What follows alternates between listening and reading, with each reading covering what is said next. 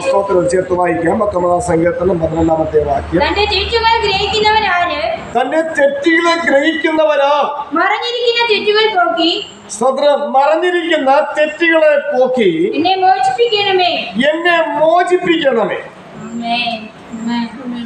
ഇത് ലോകത്തിലായിരിക്കുന്ന ഏതോ ഒരു മനുഷ്യന്റെ പ്രാർത്ഥനയല്ല, പിന്നെ ദൈവഭക്തന്റെ പ്രാർത്ഥനയാണ്. ദൈവഭക്തന്റെ പ്രാർത്ഥനയാണ്. അപ്പൊ പറയാ, ഇങ്ങനെ ചിന്തിക്കാം, അത് യേശുക്രിസ്തു കാൽവരി ക്രൂശില് യാഗമായി മാറുന്നതിന് മുൻപുള്ള അല്ലെങ്കിൽ ബിസിയിലുള്ള ദൈവഭക്തന്മാരുടെ പ്രാർത്ഥനയാണ്. അതങ്ങനെ പ്രാർത്ഥിക്കാൻ പറ്റുമെന്ന് പറയാം. പക്ഷേ എടിയിൽ വരുമ്പോൾ, ക്രിസ്തുവിൽ കൂടെ ഒരു അനുഭവം വരുമ്പോൾ, നമ്മുടെ പാപങ്ങളെല്ലാം പരിഹരിക്കപ്പെട്ടു, ഇനി അതിന് പ്രാർത്ഥിക്കേണ്ട കാര്യമില്ല എന്ന് വിശ്വസിക്കുന്ന ജനസമൂഹം ക്രിസ്തീയ ലോകത്തുണ്ട്. ജനസമൂഹം ക്രിസ്തീയ ലോകത്തുണ്ട്. അപ്പോൾ അവരൊക്കെ അവരുടെ ജീവിതത്തിൽ എത്രത്തോളം കുറവുകൾ പരിഹരിക്കപ്പെടുവാനുണ്ടെന്ന് അവർ ചിന്തിക്കുന്നില്ല. അതുകൊണ്ടാണ് ലേഖനങ്ങൾ വായിക്കുമ്പോൾ കുറവുകളെ കുറ്റത്തെ കുറിച്ച് തിരിച്ചുകൊണ്ട് കാണിക്കുന്നത്. അപ്പോൾ കുറവും കുറ്റവും ഓരോ വ്യക്തികളിലുള്ളത് പഴയ നിയമത്തിൽ അല്ലെങ്കിൽ BC-യിലുള്ള ഭക്തന്മാർക്ക് മാത്രമല്ല, AD-യിലുള്ള ഭക്തന്മാർക്കും പുതിയ നിയമ ശുശ്രൂഷകർക്കും അവരവരുടെ ജീവിതത്തിലുള്ള ബലഹീനതകൾ രേഖപ്പെടുത്തിയിരിക്കുന്ന ഒരു പുസ്തകമാണ് സത്യവേദ പുസ്തകം. നമ്മുടെ ജീവിതത്തിലെ ബലഹീനതകൾ അതിനകത്ത് എഴുതിയിട്ടുണ്ട്. അത് വായിച്ചിട്ട് നമ്മെ തന്നെ ശോധന ചെയ്യുമ്പോൾ അറിയാം, അപ്രകാരം ജീവിക്കുന്നുണ്ടോ ശോധന ചെയ്യുമ്പോൾ അറിയാം. അതിൻ്റെ ഒരു ഭാഗമാണ് നമ്മൾ വായിക്കുന്നത്. ആമേൻ സ്തോത്രം. 1 തെസ്സലോനിക്കർ 4:3-10 വായിച്ചത്. ഇനി നിങ്ങളുടെ മുഖം കാണുവാനും നിങ്ങളുടെ വിശ്വാസത്തിന്റെ കുറവ് തീർക്കുവാനും. നിങ്ങളുടെ വിശ്വാസത്തിന്റെ കുറവ് തീർക്കണം. വിശ്വാസത്തിന്റെ കുറവ് തീർന്നില്ലെങ്കിൽ എന്തായി മാറും? അത് തെറ്റാണ്. വിശ്വാസത്തിന്റെ കുറവ് പരിഹരിക്കപ്പെട്ടില്ലെങ്കിൽ അത് തെറ്റാണ്. ആ തെറ്റ് തിരുത്തപ്പെടണമെങ്കിൽ വിശ്വാസത്തിന്റെ കുറവ് പരിഹരിക്കപ്പെടും. വിശ്വാസത്തിന്റെ കുറവ് പരിഹരിക്കപ്പെടണമെങ്കിൽ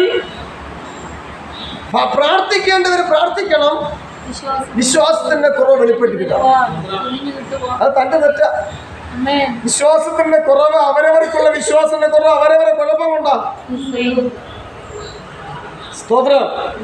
അല്ലാതെ ദൈവം ആ വിശ്വാസം നമുക്ക് കുറവ് വെച്ചതല്ല. ക്രിസ്തുവിനെ തന്നതോടുകൂടെ എല്ലാം നമുക്ക് തന്നിരിക്കുക. അപ്പൊ നമ്മുടെ ജീവിതത്തിലെ കുറവുകളാണ് ഈ ശൂന്യതകൾക്കെല്ലാം കാരണം. പഴയ നിയമ ഭക്തന്മാർക്ക് മാത്രമല്ല തന്റെ തെറ്റുള്ളത്, പുതിയ നിയമത്തിലേക്ക് വരുമ്പോഴും തന്റെ തെറ്റുകളുണ്ട്. അത് ഗ്രഹിച്ചറിയുവാൻ നമ്മുടെ മനസ്സ് ഉണരണം. നമ്മൾ അതിനുവേണ്ടിയാണ് മാനസാന്തരം വരാനുള്ളത്. മാനസാന്തരം എന്ന് പറഞ്ഞാൽ അവൻ വിശുദ്ധനായി എന്ന അർത്ഥത്തിലല്ല. മാനസാന്തരം എന്ന് പറഞ്ഞാൽ തന്റെ തെറ്റുകളെ ഗ്രഹിച്ചു തുടങ്ങി, അതാണ് മാനസാന്തരം. നേരത്തെ ആണെങ്കിൽ തന്റെ തെറ്റുകളെ ഗ്രഹിച്ചു തുടങ്ങിയിട്ടില്ല, അതുകൊണ്ട് അവർക്ക് മാനസാന്തരം ഇല്ല. അവരൊക്കെ നല്ല നമുക്കായിരുന്നു. എന്താ, നമ്മുടെ തെറ്റുകളെ ഗ്രഹിച്ചു തുടങ്ങുമ്പോഴാണ് മാനസാന്തരം എന്ന ഒരു ക്രിയ, ഒരു പ്രക്രിയ അല്ലെങ്കിൽ ഒരു പ്രവർത്തനം തുടങ്ങുന്നത്. അല്ല, മാനസാന്തരം എന്ന് പറഞ്ഞാൽ നമ്മൾ ദൈവത്തോടെ അടുത്ത് വിശുദ്ധ ജീവിതത്തിലായി എന്നല്ല അതിന്റെ അർത്ഥം. പിന്നെയോ വിശുദ്ധ ജീവിതത്തിലേക്ക് കാഴ്ചയുടെ വെച്ചു. അതിന്റെ യാത്രയോടുള്ള ബന്ധമാണ് മാനസാന്തരത്തിന്റെ ഒരു അനുഭവം എന്ന് പറയുന്നത്. അത് പുതുക്കം പ്രാപിച്ചുകൊണ്ടിരിക്കണം. ദൈനംദിന ജീവിതത്തിൽ മാനസാന്തരത്തിന്റെ പുതുക്കം പ്രാപിച്ചുകൊണ്ടിരിക്കണം. എവിടെയെല്ലാം കുറവുകളുണ്ടോ, കുറ്റങ്ങളുണ്ടോ എല്ലാം ഗ്രഹിച്ചറിയണം. അതിന് തിരുവെഴുത്തുകളും അധികമായി വായിക്കണം. വായിച്ചേ പറ്റത്തുള്ളൂ. 1 തെസ്സലോനിക്കർ 5-ാം വാക്യം വായിക്കുമ്പോൾ, സഹോദരന്മാരെ, കാലങ്ങളെയും സമയങ്ങളെയും കുറിച്ച് നിങ്ങളെ എഴുതി അറിയിക്കേണ്ട ആവശ്യമില്ല. കള്ളൻ രാത്രിയിൽ വരുന്നത് പോലെ കർത്താവിന്റെ നാൾ വരുന്നു എന്ന് നിങ്ങൾ തന്നെ നന്നായി അറിയുന്നു. കർത്താവിന്റെ നാൾ വരുന്നുവെന്ന് നിങ്ങൾ നന്നായി അറിയുന്നല്ലോ. ആരൊക്കെ അവർക്ക് അറിയാം, അതുകൊണ്ടാണ് പറയുന്നത്. നമുക്കെന്തറിയാം? നമുക്കിത് വായിച്ചത് നമുക്ക് എന്തൊക്കെ അറിയാം, അത്രേ ഉള്ളൂ. കർത്താവിന്റെ നാൾ വരുന്നു. പക്ഷെ ഒരുക്കൊണ്ടോ നേട്ടം ഒരുക്കമില്ല. അതിന്റെ അർത്ഥം കർത്താവിന്റെ നാൾ വരുന്നു എന്നറിയില്ല. അറിവണേ ഒരുങ്ങില്ലേ? ഇപ്പം നമ്മുടെ ബന്ധത്തിലോ പരിസരത്തോ ഒരു കല്യാണം, അപ്പോൾ ഇന്ന ദിവസം ഇത്ര മണിക്കാണ് വിവാഹ ശുശ്രൂഷ നടക്കുന്നത്, നമുക്കറിയാം. അറിയാമെന്നുള്ളത് നമ്മൾ എന്ത് ചെയ്യും? ആ സമയത്ത് ഒരുങ്ങി അവിടെ എത്തും, അല്ലെങ്കിൽ മുൻപായിട്ട് ഒരുങ്ങി അവിടെ എത്തും. പക്ഷെ അറിയില്ലെങ്കിലോ ഒരുങ്ങാനും പറ്റും, നമ്മൾ ഒന്നിക്കില്ല, അവിടെ എത്താൻ നിൽക്കില്ല. അവിടെ കർത്താവിൻ്റെ നാൾ വരുന്നുവെന്ന് അറിഞ്ഞാൽ ഒരുക്കം വരും. അറിയുന്നില്ല, അതുകൊണ്ട് ഒരുക്കം വരുന്നില്ല. ക്രിസ്ത്യാനികൾ എന്ന് പറയുന്നതിന് അർത്ഥമില്ല. ക്രിസ്തുവിന്റെ വരവിനായി നമ്മൾ ഒരുക്കമുള്ളവരായി മാറണം. എന്നാലേ ക്രിസ്ത്യാനി എന്ന വാക്കുകൊണ്ട് അർത്ഥമുള്ളൂ. പക്ഷെ അങ്ങനെ ഒരുക്കം വരണമെങ്കിൽ തന്നെ തെറ്റിഗ്രഹിക്കണം. തന്നെ തെറ്റിഗ്രഹിക്കാത്തവർക്ക് ഒരുങ്ങാൻ പറ്റില്ല, ഒരുക്കാൻ മൂർത്തീകരിക്കാൻ പറ്റില്ല, ഒരുങ്ങാൻ മനസ്സ് വരില്ല. ഒരുങ്ങ എന്ന് പറയുന്നത് എന്താണ്? ദൈവം അതിനെ പ്രകാരം നമ്മുടെ ചിന്തകളെ ക്രമപ്പെടുത്തുക എന്ന് പറഞ്ഞാൽ മർക്കോസ് സുവിശേഷം 7-ാം അധ്യായം 20, 21, 22 വാക്യം വായിക്കുമ്പോൾ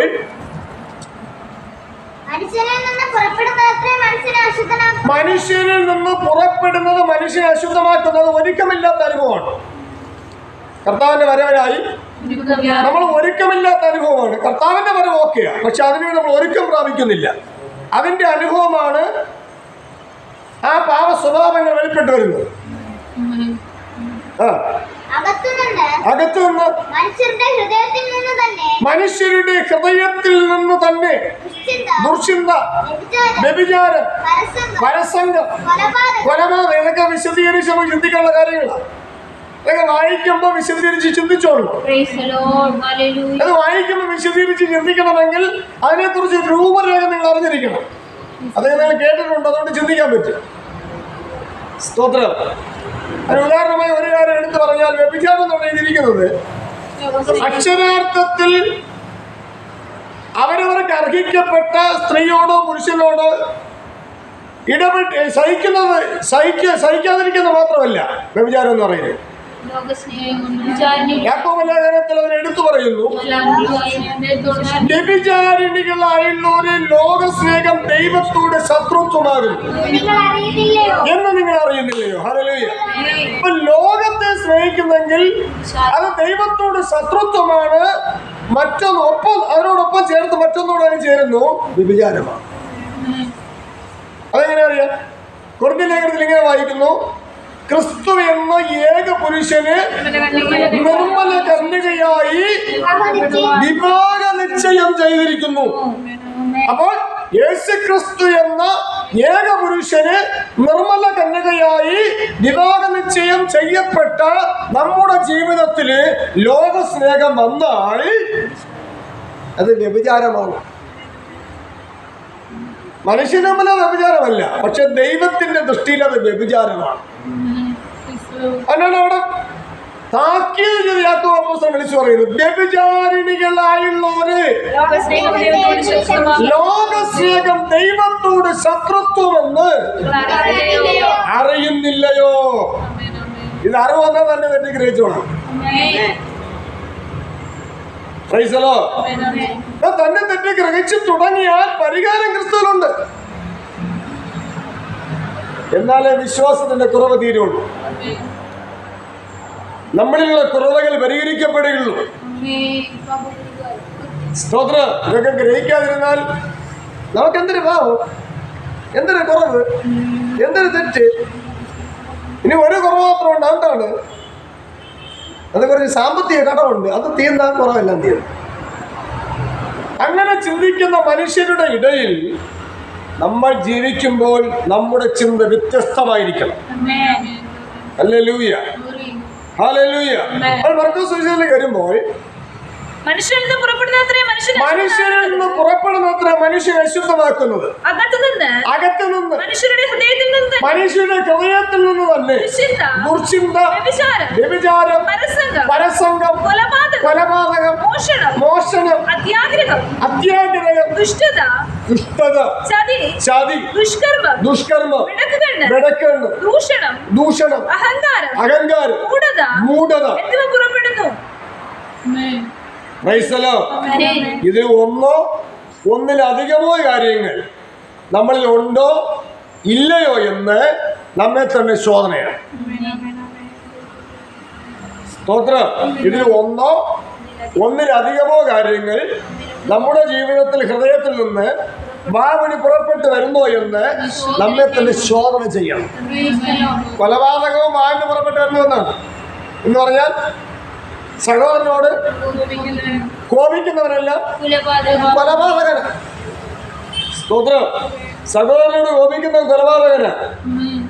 ഏത് സഹോദരനോട്?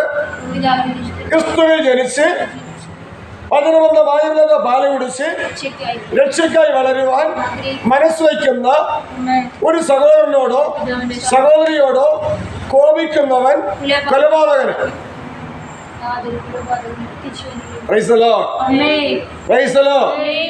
അപ്പൊ ഈ കൊലപാതകൻ നമ്മുടെ ജീവിതത്തിൽ ഉണ്ടോ ഇല്ലയോ? കഴിഞ്ഞ നാളിൽ ഉണ്ടായിരുന്നോ ഇല്ലയോ?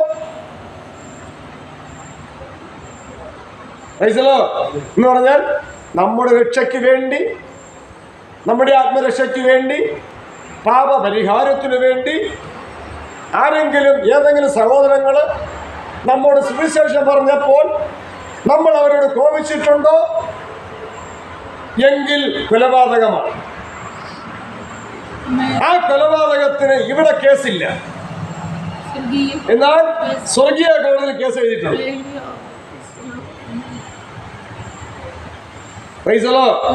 സ്നാനപ്പെടുന്ന കാര്യം പറഞ്ഞപ്പോൾ കോപിച്ചിട്ടുണ്ടോ? അന്യഭാഷ പ്രാപിക്കുന്ന കാര്യം പറഞ്ഞപ്പോൾ കോപിച്ചിട്ടുണ്ടോ? ദൈവത്തിന് വായിക്കാൻ പറയുന്ന കാര്യത്തിൽ കോപിച്ചിട്ടുണ്ടോ? പറഞ്ഞപ്പോൾ അവരോട് കോപിച്ചിട്ടുണ്ടോ? പ്രാർത്ഥിക്കാൻ പറഞ്ഞപ്പോൾ അവരോട് കോപിച്ചിട്ടുണ്ടോ?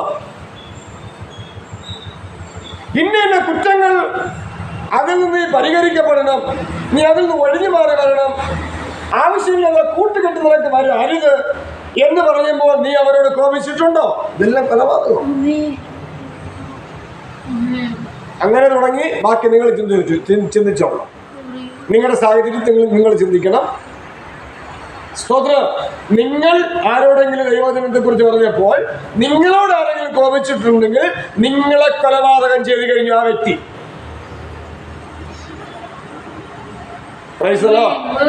അപ്പൊ ഇങ്ങനെ നിരവധി അനുഭവങ്ങളിൽ കൂടി കൊലപാതകന്മാരായി ജീവിതത്തിൽ ശേഷിക്കപ്പെടുകയാണ്. എന്നിട്ട് ഇത് അവർ തിരിച്ചറിയുന്നില്ല. ഭർത്താവിന്റെ ഭാര്യ കോപിക്കുന്നു, അത് കൊലപാതകമാണ്. സ്വന്തം ഭർത്താവിനെ കൊല ചെയ്യുകയാണ് ആ കോപം. എന്തിനാ കോപിക്കുന്നത്? ദൈവ ഇഷ്ടത്തിൽ ജീവിക്കാൻ പറയുന്നത് കൊണ്ട്. സ്തോത്രം. ഭർത്താവ് ഭാര്യയോട് കോപിക്കുന്നു, അത് ഭാര്യയെ കൊലപാതകം ചെയ്യുക. എന്തിനാ കോപിക്കുന്നത്? ദൈവ ഇഷ്ടത്തിൽ ജീവിക്കുവാൻ ഭർത്താവിനോട് ഒരു വാക്ക് പറയുന്നത് കൊണ്ട്. എല്ലാം ദൈവം കണക്കിടും കേട്ടോ. അങ്ങനെയാണെങ്കിൽ നിങ്ങളുടെ ജീവിതത്തിലും ഞാൻ എൻ്റെ ജീവിതത്തിലും കഴിഞ്ഞ നാളുകളിൽ എത്ര കൊല നടത്തിയിട്ടുണ്ടെന്ന് ഓർത്തോണ്ടോ? എത്ര കൊല നടത്തിയിട്ടുണ്ടെന്ന് ഓർത്തോണ്ടോ? സ്തോത്രം. സ്തോത്രം. മക്കള് അപ്പനെ കൊന്നിട്ടുണ്ടോ? അക്ഷരാർത്ഥത്തിൽ കൊല്ലുന്ന കാര്യമല്ല ഈ പറയുന്നത്. വാക്ക് കൊണ്ട്. സ്തോത്രം. സ്തോത്രം. ഇതൊക്കെ ചെയ്ത് കൂട്ടിയിട്ടേ പരിഹാരം എന്തെന്ന് മനസ്സിലാക്കാതെ യേശു അപ്പ ഇപ്പൊ വരും, ഞാൻ ഇപ്പൊ പോവും എന്ന് പറഞ്ഞാൽ അർത്ഥമില്ല. സ്തോത്രം. അവിടെയാ യേശുക്രിസ്തു പറയുന്നത്, എന്നോട് കർത്താവേ കർത്താവേ എന്ന് പറയുന്ന ഏവനുമല്ല ഏവളുമല്ല എന്റെ സ്വർഗസ്ഥനായ പിതാവിന്റെ ഇഷ്ടം ചെയ്യുന്നവരത്രേ ദൈവരാജ്യത്തിൽ പ്രവേശിക്കുന്നത്. അതായത് നീതിയിലും സമാധാനത്തിലും പരിശുദ്ധാത്മാവിൽ സന്തോഷത്തിലേക്ക് പ്രവേശിക്കുന്നത് അവരാ. സ്തോത്രം. സ്തോത്രം. അപ്പൊ ദൈവരാജ്യത്തിൽ പ്രവേശിക്കുന്ന കാര്യങ്ങൾ പറയുമ്പോൾ അങ്ങനെ പറയുന്നവരോട് കോപിക്കുന്ന കൊലപാതകമാണ് എന്നാണ് മർക്കോസ് സുവിശേഷത്തിലും യേശു ക്രിസ്തു വെളിപ്പെടുത്തുന്നത്. സ്തോത്രം. അപ്പോൾ മനുഷ്യന്റെ ഹൃദയത്തിൽ നിന്ന് തന്നെ കൊലപാതകം, ദൂഷണം. പിന്നെ ഈ പറയുന്നവർക്കെതിരായ എന്ത് ദൂഷണവും പറയും. സ്തോത്രം, സ്തോത്രം. പിന്നെ മോഷണവും നടത്തും. അതെങ്ങനെ ഹൃദയം കൊണ്ട് മോഷിക്കും? Praise the Lord, praise the Lord. നമുക്കറിയാലോ, അനന്യാസും സെബഹറ എന്ന് പറയുന്ന രണ്ടുപേരും കൂടെ ഒത്തുചേർന്ന് ഹൃദയം കൊണ്ട് മോഷ്ടിച്ചത്.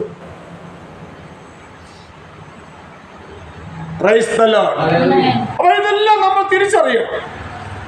സമൂഹത്ത് പോയി ഒരു സാധനം മോഷ്ടിക്കുന്നതും ദൈവത്തിന്റെ സന്നിധിയിൽ നമ്മൾ മോഷണം നടത്തുന്ന രണ്ടും രണ്ടാണ്. സ്തോത്രം. ദൈവ സന്നിധിയിൽ മോഷണം നടത്തുന്നത് ദൈവം കേസെടുക്കും. എന്നാൽ ലോകത്തിൽ നമ്മൾ മോഷ്ടിച്ചാൽ ഇവിടെ വേറെ ആൾക്കാരുണ്ട് കേസെടുക്കുക. അപ്പൊ ഇതെല്ലാം നമ്മൾ തിരിച്ചറിഞ്ഞ് തന്നെ ജീവിക്കണം. അങ്ങനെ ജീവിച്ചില്ലെങ്കിൽ കർത്താവിന്റെ നാൾ എന്തെന്നറിയാൻ കഴിയില്ല. കർത്താവിന്റെ വരവെന്നത് തിരിച്ചറിയാൻ കഴിയില്ല. എല്ലാവരും പറയുന്നു, ഞാനും പറയുന്നു കർത്താവ് വരും. അങ്ങനെ പറയുന്നതിൽ അർത്ഥമില്ല. സ്തോത്രം. കർത്താവ് വരും എന്ന് വിശ്വാസം ഉണ്ടെങ്കിൽ ആ കർത്താവിന്റെ വരവിനായി ഞാൻ ഒരുക്കം പ്രാപിക്കും.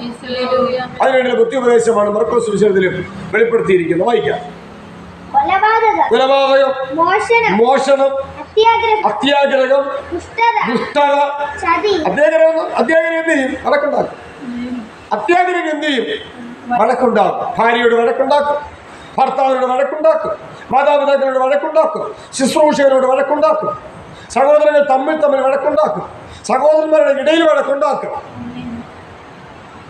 ഇതൊക്കെ അത്യാഗ്രഹം. കുറേ ആവശ്യം നടക്കേണ്ടതല്ല. ആവശ്യങ്ങൾ അങ്ങോട്ട് നടക്കണം, ഇങ്ങോട്ട് നടക്കണം. വഴക്ക് എന്ന് പറയുമ്പോൾ ആവശ്യത്തിന് അപ്പുറമായ ചെലവിലാണ് വഴക്ക് വരുന്നത്. ഉന്മാനം കൊടുക്കാനുണ്ടെങ്കിൽ മതിയെന്ന് വെപ്പി. അപ്പോൾ അതിനപ്പുറമായി വരുമ്പോഴാണ് ഈ വഴക്കുണ്ടാകുന്നത്. ഭാര്യയുടെയും ഭർത്താവിൻ്റെയും ജീവിതത്തിൽ, മക്കളുടെയും അമ്മയപ്പന്മാരുടെ ജീവിതത്തിലൊക്കെ വഴക്കുണ്ടാകുന്നത് ഈ ആവശ്യത്തിനപ്പുറമായ വിഷയം വരുമ്പോഴാണ്, അല്ലേ? അപ്പൊ ഈ ആവശ്യത്തിനപ്പുറമായ വിഷയത്തിൽ വഴക്കുണ്ടാക്കുന്ന പെന്തക്കോസ്തുകാർ ദൈവരാജ്യത്തിന്റെ മഹത്വത്തിൽ എടുക്കപ്പെടുമോ?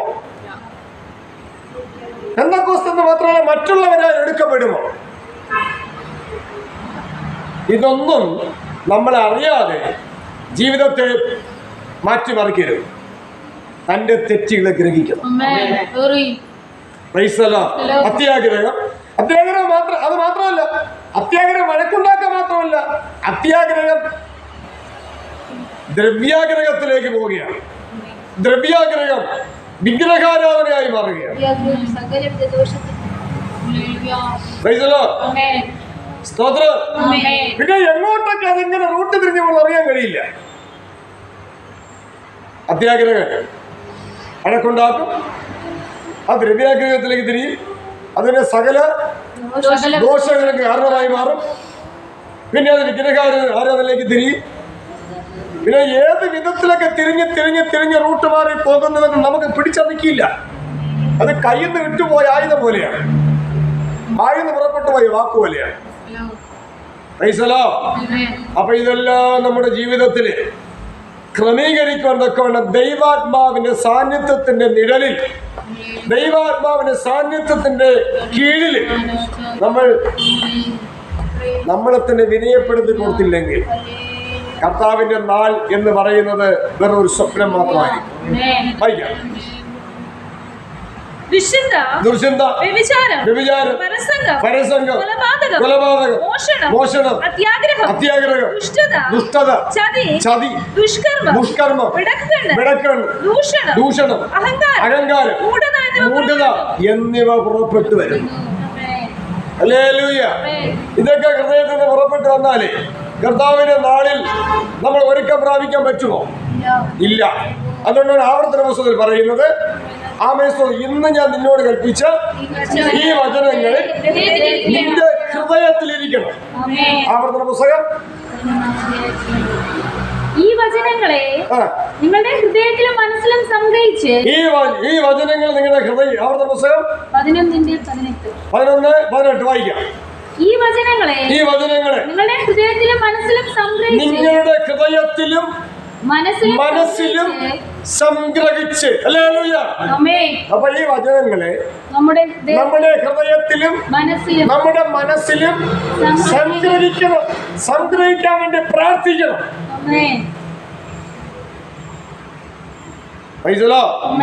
ഈ വചനങ്ങളെ ഹൃദയത്തിൽ സംഗ്രഹിച്ചില്ലെങ്കിൽ പരീക്ഷയിലകപ്പെടും. ദൈവത്താലുള്ള പരീക്ഷയിലല്ല, സാത്താനാലുള്ള പരീക്ഷയിലകപ്പെടും. സാത്താൻ പരീക്ഷിക്കുന്നത് ഭൗതിക വിഷയങ്ങളിൽ കൂടിയാണ്. ആ പരീക്ഷയിൽ അകപ്പെടാതെ നമ്മൾ ബിരുദം പ്രാപിക്കണമെങ്കിൽ ആത്മീയ വചനങ്ങളെ അറിഞ്ഞിരിക്കണം. സ്തോത്രം. അതുകൊണ്ടാണ് ഇവിടെ പറയുന്നത്, ഈ വചനങ്ങൾ നിന്റെ ഹൃദയത്തിലും മനസ്സിലും സംഗ്രഹിക്കണം.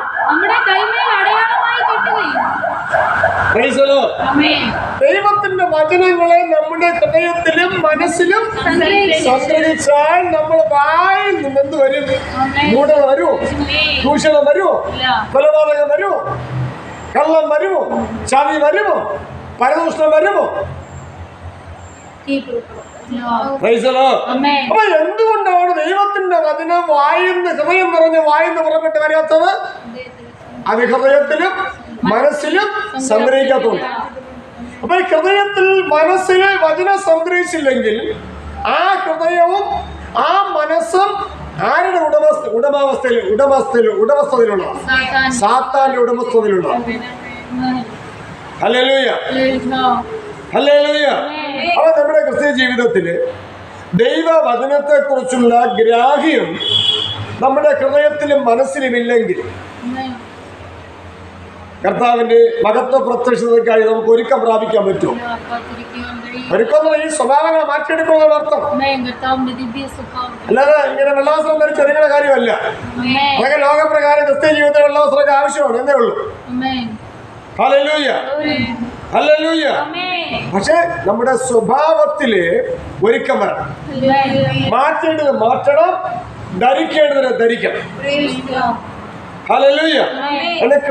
ക്രിസ്ത്യേശുവിനോട് ശരീര സ്നാനമേറ്റവരെ നാം എല്ലാവരും ധരിക്കുന്നു. ക്രിസ്തുവിനെ ധരിച്ചിരിക്കുക എന്ന് പറഞ്ഞാൽ ക്രിസ്തുവിന്റെ ഉപദേശത്തെ ധരിക്കണം, ക്രിസ്തുവിന്റെ ഉപദേശത്തെ ഉൾക്കൊള്ളണം. ഹല്ലേലൂയ. അപ്പൊ ദൈവത്തിന്റെ വചനം നമ്മുടെ ഹൃദയത്തിലും മനസ്സിലും സംഗ്രഹിക്കണം. എന്നാലേ ക്രിസ്തുവിന്റെ ഉപദേശത്തിൽ നിലനിൽക്കാൻ പറ്റും. ഹല്ലേലൂയ. ഇല്ലെങ്കിൽ ക്രിസ്തുവിന്റെ ഉപദേശം കേൾക്കും, സംഭവം മറന്നു പോകും. പൊട്ടന്റെ മുമ്പില് ശങ്കൂതിയത് പോലെയാണ്, കുടം കമത്തി വെച്ച് വെള്ളം ഒഴിച്ചത് പോലെയാണ്.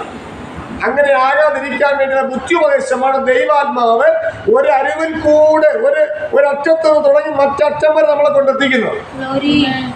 നമ്മളെ മാത്രമല്ല, സകല ജനത്തെയും അങ്ങനെ എത്തിക്കാൻ ദൈവം ആഗ്രഹിക്കുക. സ്തോത്രം. ഇതിനൊരു ശുശ്രൂഷകനോ മറ്റൊരു വ്യക്തികളോ ഇതിന് തടസ്സം നിൽക്കരുത്. തടസ്സം നിൽക്കുന്നവരെ ദൈവം വിധിക്കും. അതിന് കൂട്ടു നിൽക്കുന്ന തലമുറകളെയും ദൈവം വിധിക്കും. ഹല്ലേലൂയ. അതൊക്കെ നീതിയുടെ വിധിയാ, ആർക്കും എന്തെന്ന് ചോദിക്കാൻ പറ്റില്ല. വയ്യ. എന്റെ ഈ വചനങ്ങൾ നിങ്ങളുടെ ഹൃദയത്തിലും മനസ്സിലും സംഗ്രഹിച്ച് നിങ്ങളുടെ കൈമേൽ എന്ത് ചെയ്യണം? അടയാളമായി കെട്ടണം. Price the Lord. നമ്മളൊക്കെ ഇങ്ങനെ കൂടി വന്നിരിക്കുന്നത് എന്തിനു വേണ്ടിയാ? ദൈവത്തിന്റെ വചനത്തെ ഹൃദയത്തിലും മനസ്സിലും സംഗ്രഹിക്കാൻ വേണ്ടിയാ. ഹല്ലേലൂയ. ഇതൊക്കെ കൈമേൽ അടയാളമായി കെട്ടിയാല് നമ്മുടെ ജീവിതത്തിൽ വലിയ അത്ഭുതങ്ങൾ നടക്കും. അത്ഭുതം എന്ന് പറയുന്ന രോഗസൗഖ്യത്തെ കുറിച്ചല്ല ഉദ്ദേശിക്കുന്നത്, ക്രിസ്തുവിന്റെ വരവരെയുള്ള ഒരുക്കം.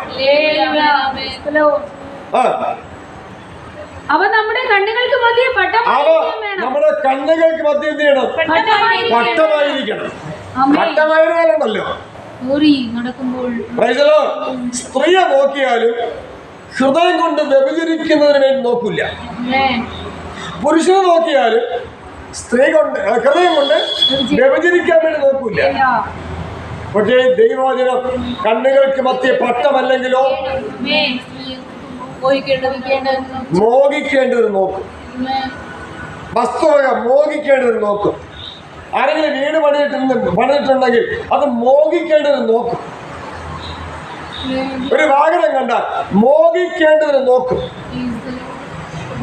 Praise the Lord. ഇതൊക്കെ ക്രിസ്തുവിന്റെ വരവിന് വേണ്ടിയുള്ള ഒരുക്കത്തിൽ ഉള്ള കാര്യങ്ങളല്ല. Praise the Lord. മോഹം ഗർഭം ധരിക്കും, പിന്നെ പാപത്തെ പ്രസവിക്കും. എന്തെല്ലാം പ്രശ്നമെന്നറിയോ? പിന്നെ ഈ പ്രശ്നങ്ങൾക്കെല്ലാം അടിവരയിടുവാൻ ഒറ്റ മാർഗമേ ഉള്ളൂ, ദൈവത്തിന്റെ വചനം. Praise the Lord. പരിഹാരം വേണമോ? ക്രിസ്തുവിന്റെ ഉപദേശം. ഹല്ലേലൂയ.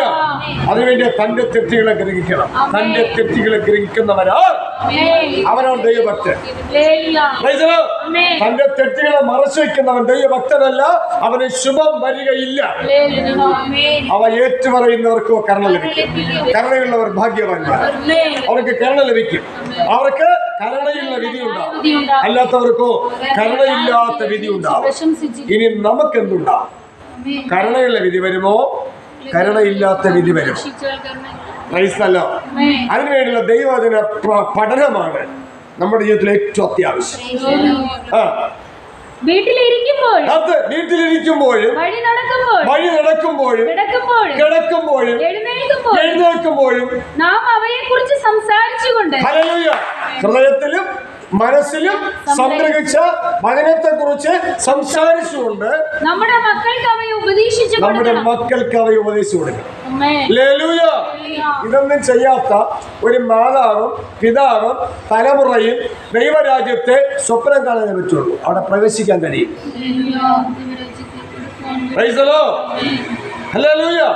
ഇതൊക്കെ നമ്മുടെ ജീവിതത്തിൽ ഇല്ലെങ്കിൽ മർക്കോസ് സുവിശേഷം 7-ാം അധ്യായം 20, 21, 22 വാക്യം പറയുന്ന പ്രകാരം നമ്മുടെ ഹൃദയത്തിൽ ഇങ്ങനെ ഉളവായിക്കൊണ്ടിരിക്കും. അത് സമൂഹത്തെ നശിപ്പിക്കും, കുടുംബങ്ങളെ നശിപ്പിക്കും, ആമേൻ സ്തോത്രം, തലമുറകളെ നശിപ്പിക്കും. Praise the Lord. അല്ലേ? ഇതൊക്കെ കണ്ടും കേട്ടും വരുമ്പോൾ തലമുറകൾക്ക് കുടുംബമാവാൻ തോന്നുന്നില്ല. അങ്ങനെ പ്രായങ്ങൾ ഇങ്ങനെ മാറി മാറിപ്പോകും. Praise the Lord. Praise the Lord. ഈ പെന്തക്കോസ്ത് സമൂഹത്തിലേക്ക് ഇറങ്ങിയവരുടെ മാതൃകയില്ലായ്മ എത്രയോ പേരുടെ രക്ഷയ്ക്ക് തടസ്സമാണ് എന്ന് പറയും പോലെയാ. അമ്മയപ്പന്മാരുടെ ജീവിതത്തിലെ മാതൃകയില്ലായ്മ തലമുറകളുടെ കുടുംബ ജീവിതത്തിന് തടസ്സമായി മാറും. അതിന് കാരണക്കാരൻ ആരാണോ കുറ്റവാളി അവരാണ്. അമ്മയാണെങ്കിൽ അമ്മ, അപ്പനാണെങ്കിൽ അപ്പൻ, രണ്ടുപേരും കൂടിയാണെങ്കിൽ രണ്ടുപേരും കൂടെ. അപ്പനാണ് കാരണക്കാരനെങ്കിൽ അമ്മയും കൂടെ അതിൽ കൂട്ടിച്ചേർക്കരുത്. അമ്മയാണ് കാരണക്കാരെങ്കിൽ അപ്പനെയും കൂടെ അതിൽ കൂട്ടിച്ചേർക്കരുത്. രണ്ടുപേരും കാരണക്കാരാണെങ്കിൽ രണ്ടുപേരും കൂട്ടിച്ചേർക്കണം. അതെല്ലാം തെളിയിക്കുന്ന ദൈവവചനമാണ്. Praise the Lord. Praise the Lord. ഈ തിരിച്ചറിവുകൾ തലമുറകളെ പ്രാപിക്കണം. Praise the Lord. അത് കൃത്യമായി എഴുതിയിരിക്കുന്ന കാര്യങ്ങളെ നമുക്ക് വായിക്കാൻ വേണ്ടിയുള്ളതാണ്. നമുക്ക് അതാണ് വെളിപ്പാട് പുസ്തകം 1-ാം അധ്യായം 3-ാം വാക്യത്തിൽ പറയുന്നു.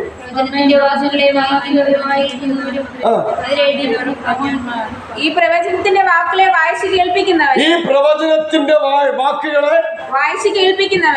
കേൾപ്പിക്കുന്നവരും അപ്പോൾ മൗനമായി വായിക്കുന്നവരോ? അല്ല, മൗനമായി വായിക്കുന്നവരോ ദൈവരാജ്യത്തിന് അവകാശിയാവോ? ഈ പ്രവചനത്തിലെ വചനങ്ങളെ മൗനമായി വായിക്കുന്നവർ ദൈവരാജ്യത്തിന് അവകാശിയാകുമോ? അവരെ കുറവ് തീരുമോ? അവരുടെ കുറ്റം പരിഹരിക്കപ്പെടുമോ? ഇത് തുറന്ന് വായിക്കാൻ പറയുമ്പോൾ തിരിച്ചു കോപിച്ചാൽ വായിക്കാൻ പറയുന്നവര് കൊലപാതകം ചെയ്യുക.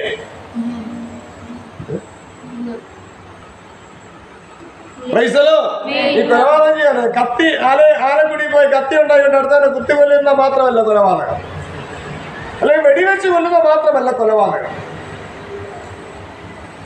നന്മയ്ക്ക് വേണ്ടി പറയുമ്പോൾ അതിനെതിരായി കോപിക്കുന്നത് കൊലപാതകം.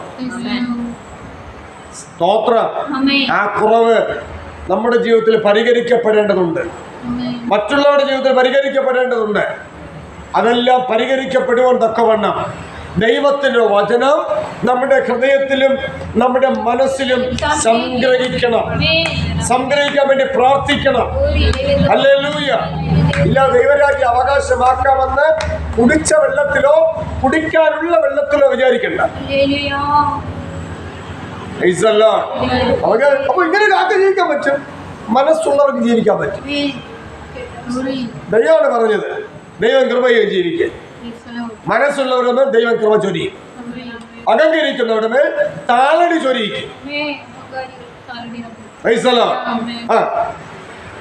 ഈ പ്രവചനത്തിന്റെ വാക്കുകളെ വായിച്ച് കേൾപ്പിക്കുന്നവൻ, ഈ പ്രവചനത്തിന്റെ വാക്കുകളെ വായിച്ച് കേൾപ്പിക്കുന്നവരും